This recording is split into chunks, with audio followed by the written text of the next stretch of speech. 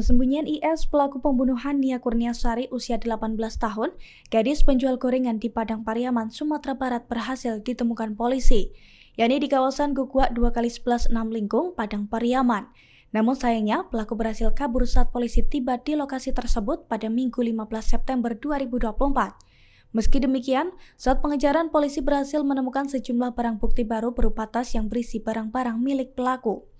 Di sisi lain, seorang warga bernama Mardianto juga mengungkapkan jejak terakhir pelaku pembunuhan gadis penjual gorengan tersebut. Menurutnya, sejumlah warga melihat pelaku lari ke semak-semak dengan kondisi bertelanjang dada di Korong Padang Kabau Kayu Tanam, Padang Pariaman pada Senin 16 September 2024 kemarin.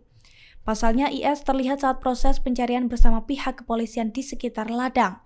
Mardianto mengungkapkan dirinya juga melihat IS berlari dari arah pondok bagian lebih tinggi tempat ia sedang melakukan pencarian.